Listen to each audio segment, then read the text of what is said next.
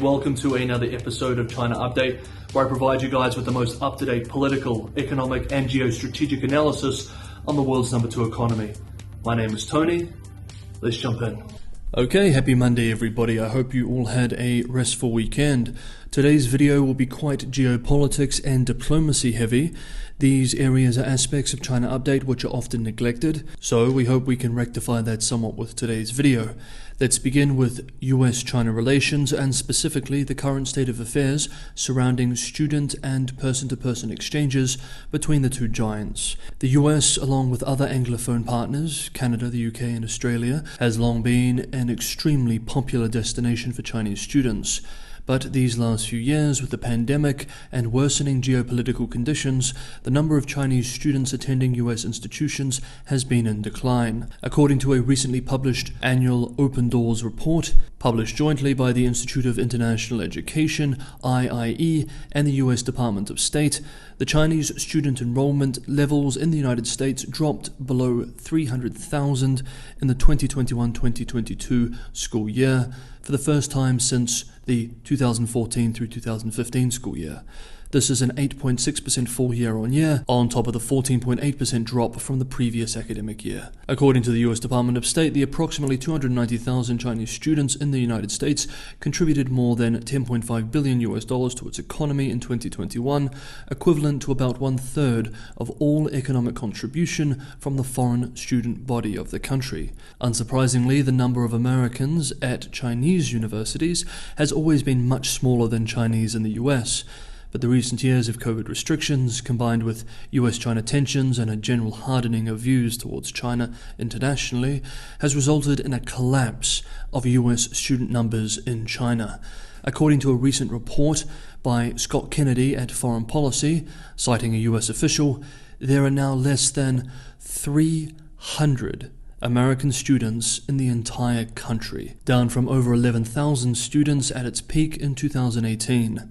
300 is an incredible number, and with Chinese students in the United States at almost 300,000, there is a 1,000 to 1 ratio. Scott Kennedy expresses concern, rightfully, that this collapse in numbers may compromise the next generation of China experts in the United States, and radically reduces the number of future American leaders from government to industry with some China exposure, greatly reducing China's already lackluster soft power efforts. And there is another concern which we have explored in the past, of policy echo chambers in Beijing and reduced capacity for self-correction. Quote, "The dearth of extended in-person exchanges strengthens the formation of an echo chamber in China's policy community, characterized by unchallenged consensus that demonizes the United States, defends every Chinese action as justified, and concludes that Beijing is winning in its struggle against Washington.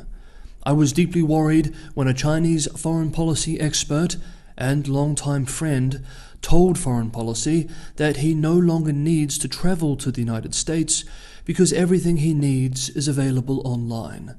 But without traveling and talking to a wide assortment of Americans, not to mention people in other countries, it is almost impossible to understand the origins of American policies or how Americans evaluate Chinese policies.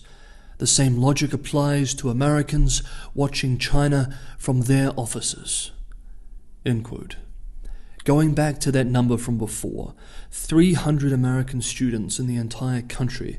This is yet another reminder of how isolated aspects of China have become in the age of COVID. It is also a reminder that China has seen a large-scale exodus of foreigners generally these last 3 years, and now only a tiny population remains, most especially from developed Western countries. Quote, "Foreigners that stay constantly ask themselves why.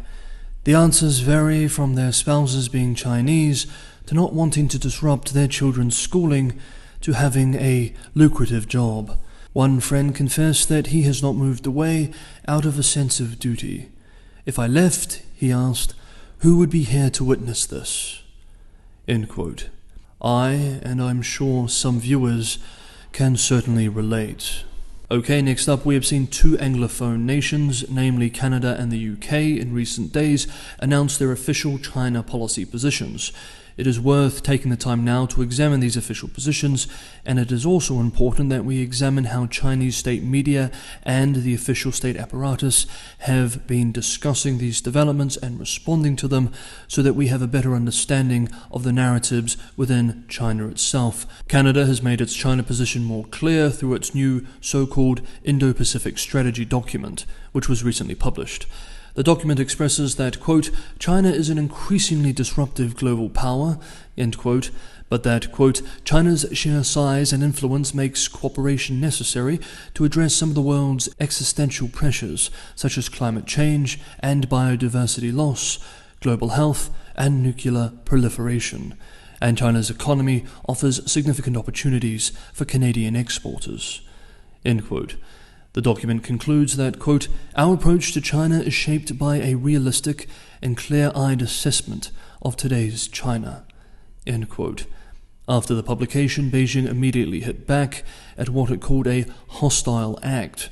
Ministry of Foreign Affairs spokesperson Zhao Lijian expressed that the strategy's China-related section is, quote, full of ideological bias and baseless accusations against China, which have stirred strong discontent from China, end quote, adding, quote, trying to separate the Chinese government from its people only exposes Canada's ignorance of China and is an approach that is doomed to fail, end quote. In an official statement, the Chinese embassy in Canada expressed, quote, some Western countries who at will undermine the international order and other countries' sovereignty are the true disruptive force to global peace, security and development, and Canada has played a disgraceful role in this effort, end quote.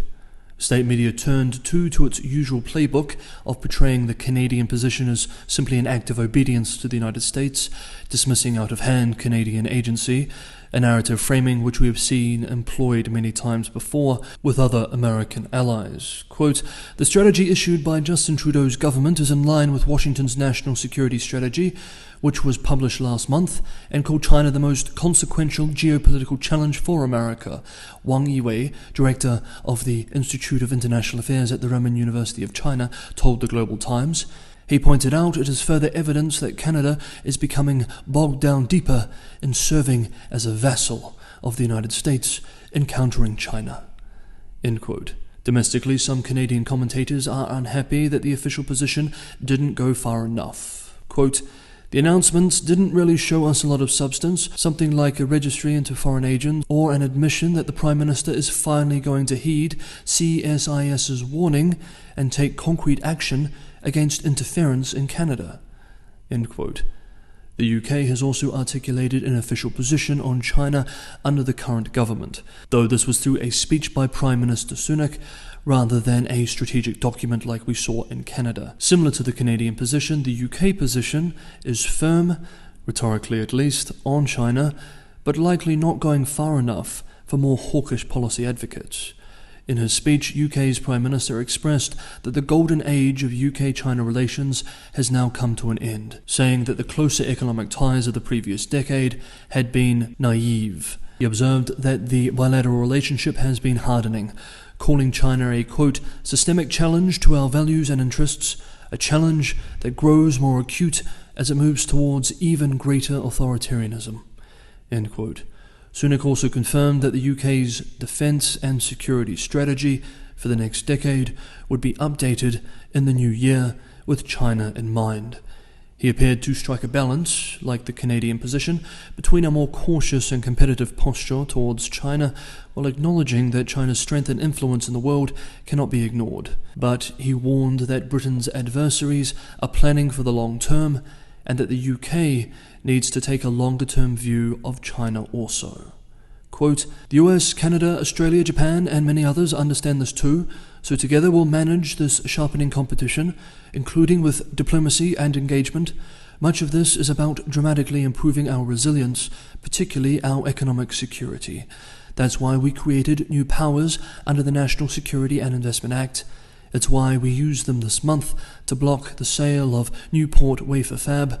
It's why we took action on 5G, and it's why we're ending global dependence on authoritarian regimes, end quote.